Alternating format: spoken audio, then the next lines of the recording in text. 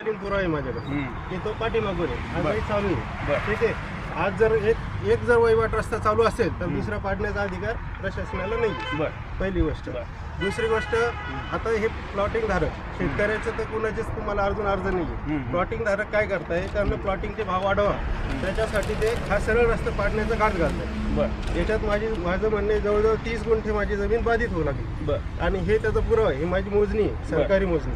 याच्यानुसार माझी हा रस्ता सोडून 15 गुंठे पलीकडे जमीन निघू लागली यांच्याकडे. हो, सुराणा साहेब निघते का? हो, सुराणा साहेब माझी ऑलरेडी 12 गुंठे जमीन आहे, सर. त्यांनी डॉक्युमेंट दिले का? माझी 182 नाही विषय असा आहे, तो तुम्ही म्हणताय ना, मग त्यांना पण विचारतोय मी, म्हणजे मोकळं होतं ना काम लगेच. माझी जमीन सर ते पण निघते नाही निघत, पण माझ्याकडे मोजणी आहे ना ती सरकारी आपण मोजणी. नोटीस विचारतोय अजून. 5 हेक्टर 2 हेक्टर एकूण सर जमीन सर. चालेल. माझी ऑलरेडी 12 गुंठे जमीन कमी आहे. सुराणा साहेब तुम्ही काय तुमचं बोलले, सगळं जे काही ऐकलेलं आहे नाही. मी.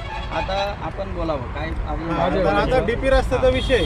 आता हे काय करताय, प्लॉट धारक जे ज्यांनी विकसित केली डेव्हलपर, हे लोकांना भडकवत आहे. खरं तर या लोकांनी या डेव्हलपरला प्रश्न विचारायला पाहिजे की तुम्ही आमचे रस्ते का विकत केले, यांनी काय वाउचर लावले होते, सगळे इलिगल त्यांनी तुम्ही प्लॉटिंग केली, तुम्ही विकत घेतली, ही तुमची चूक आहे. तुम्ही आमच्यावर कशाला खापर पडताय? थांबा बोलणं होतं ना एकदा. बोलणं त्याचं बोलणं होतं ना, भगवानराव एकदा त्याचं म्हणणं होतं ना. तुमच्या बोलण्यात ते काय बोलला का? झालेलं आहे. माझी 30 गुंठे जमीन बाधित होती. तुम्हाला बोलायचं ह्या असलं प्रकरणात मोका देऊ, दोन्ही पार्ट्यांना आपण समान मोका देऊ, अडचण नाही, पण मध्ये नका बोलू. एकदा त्याचा मुद्दा होत्या. आता तुम्ही अर्जदारांना प्रश्न विचारले, एकाने एक कागद दाखवते का आहे नाही हे आहे. मी जिल्हा परिषदला अर्ज केलेला आहे. तुम्ही हे म्हणता रस्ता झाला 30 लाख खर्च झाले, याची वर्क ऑर्डर नाहीये. याची वर्क ऑर्डर दाखवलेली दुसरीकडे रस्ता इथं जागेवर केलेला आहे. एक प्लॉटिंग धारकांनी, एक गुजर साहेब यांनी याच्यात भ्रष्टाचार केलेला आहे. याच्यावर मी सेपरेट चौकशी लावलेली. त्याच्यानंतर डीपी रस्त्यात यांनी एक्झिस्टिंग रोड दाखवण्याचा प्रयत्न केलेला आहे. याचे ऐका, पुढं माझं पूर्ण ऐकून घ्या. हे बघा, जर तुमचे प्रश्न आम्ही न येता सुटत असेल तर आम्हाला बोलवायचं. समोरचं जर तुम्हाला पुरावा ऐकतो, तुम्ही पण समोरच्याला ऐकून घेतलं पाहिजे. तुम्ही आम्हाला व्यवस्थित सांगायला पाहिजे. आम्ही तुमच्यामध्ये बोललो नाही, एकाने बोलायचं नाही. आता आम्ही कोणाच्याच मध्ये बोललो नाही. बोलू नका. हा, बोला. तर यांनी तो तसा एक कांड केलेला आहे, त्याचा एक स्वतंत्र चौकशी मी बसवलेली. दुसरी यांनी एक्झिस्टिंग स्वतंत्र आहे. हो, यांनी एक्झिस्टिंग रोड दाखवलाय डीपी प्लॅन मध्ये. मी त्यांच्याशी माझी सुनावणी चालू आहे प्राधिकरणात अर्ज केलेला आहे. ते प्राधिकरणाचं माझ्याकडे पत्र आहे की हा रस्ता डीपी रस्ता नाही, ह्या रस्त्याचा आमचा संबंध नाहीये. पहिली गोष्ट. दुसरी गोष्ट, जर डीपी रस्ता आहे तर त्याचं काही ॲक्विजिशन, माझ्या सातबारावर नोंद काही असेल ना.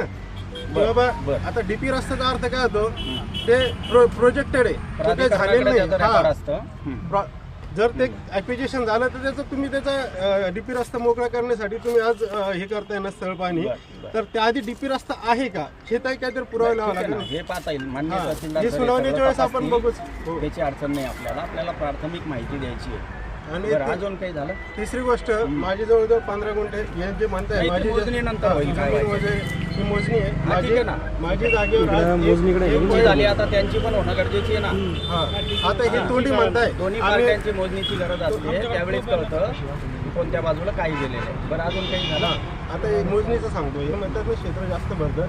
माझं नाही, आता तो मोजणीचा मला काय म्हणायचंय, आपण काही मोजणी करू नाही लागलो आज कोणत्याही जमिनीमध्ये आपण जात नाही. आपण फक्त प्राथमिक, तुमचं काय म्हणणं आहे, त्यांचं काय म्हणणं आहे, ग्राउंडवरती काय परिस्थिती आहे, पूर्वकाळामध्ये काय होती ना आज काय दिसतंय, इतके 4च मुद्दे आपल्याला त्यामध्ये घ्यायचे. इतकं सोपा विषय, जास्त कुणाला काही टेन्शन घेण्याचं बी कारण नाही आहे. तुम्हाला इथून पुढे माननीय तहसीलदार सरांकडे सगळे मुद्दे दाखल करता येतील, प्रत्यक्ष तिथं सादर करता येतील, बोलता येईल.